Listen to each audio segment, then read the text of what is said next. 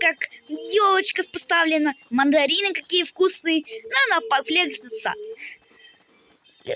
Лесо оделась елочка, в лесу она росла.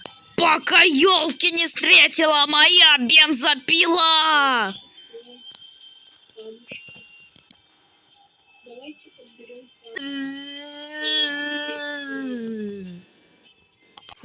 Получи удара колокольчика.